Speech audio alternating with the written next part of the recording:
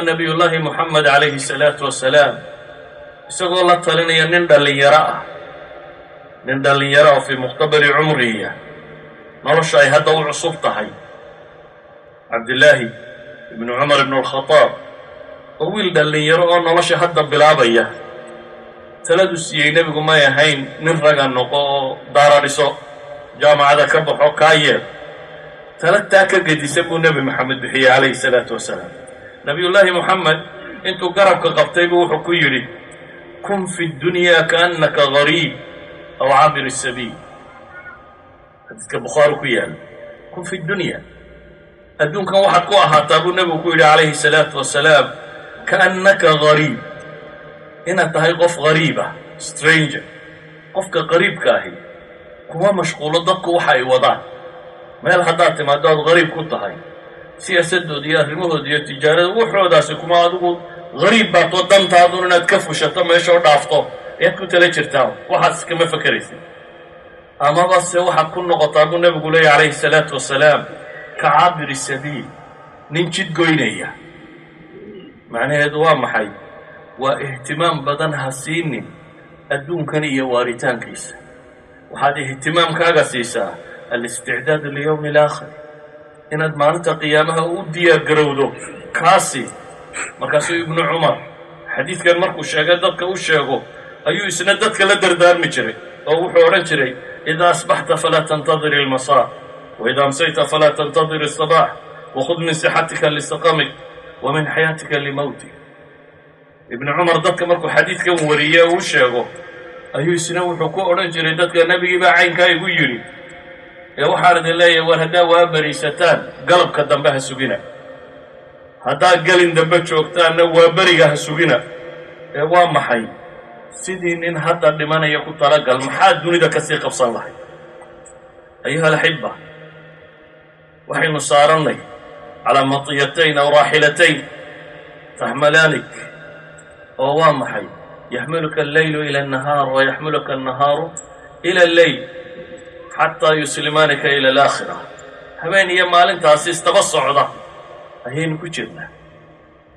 maalintuna habeen bay kuu dhiibaysaa habeenkuna maalin buu kuu dhiibayaa ilaa iyo aad godka ka gasho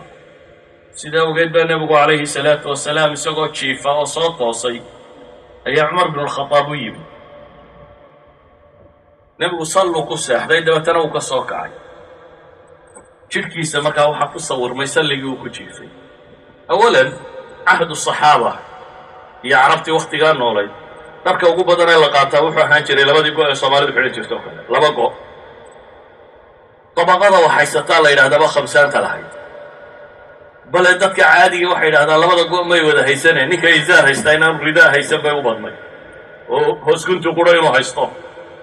raggii sidaa u noolaabaa dunida furtay iyagoo adduunka xidhan hal maroo uu guntan yahay bale saxaabada qaarkood taa uu guntan yahay intaa markuu masaajidka la yimaado haweenkiisu waxay ku tukadaan may heli jirin dabeetana markay way sugi jireen intay u imanayaan markay noqdaan buu maradiisa wax ka siin jiray si ay salaadda uga asaxdo wa maca daalik dadka caynkaa u nooli nolosha iyagaa isbeddelka ka sameeyey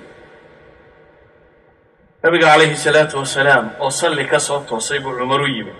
markaasu wuxuu ku yidhi salligana haddaad ku seexato jidhkaagu ku sawirmaya low ittakhadta firaashan awthara min haada ilaahay rasuulkiisiiyo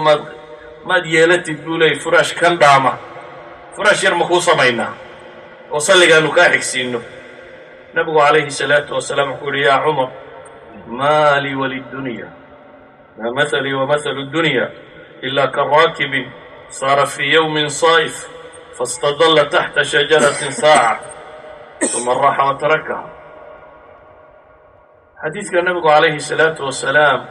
uu warinaya imaamu axmed iyo ibnu xibbaan iyo bayhaqi sheekh albaanina saxiixa ku tilmaamayo wuxuu nabigu leeyahy calayhi salaatu wasalaam cumarow aniga iyo adduunyo maxaa naga dhexeeya aniga iyo adduunyo maxaa naga dhexeeya miyaan anigu la mid ahay buu nebigu leeyahy calayhi salaatu wasalaam ilaa qof waddo soo maray oo dabeetana maalin xagaaya geed hadhsaday saacad hadhsaday dabeetana ka tegey qofka musaafirka ah ee shajar ama geed u yimaadee raba inuu hadhsadaa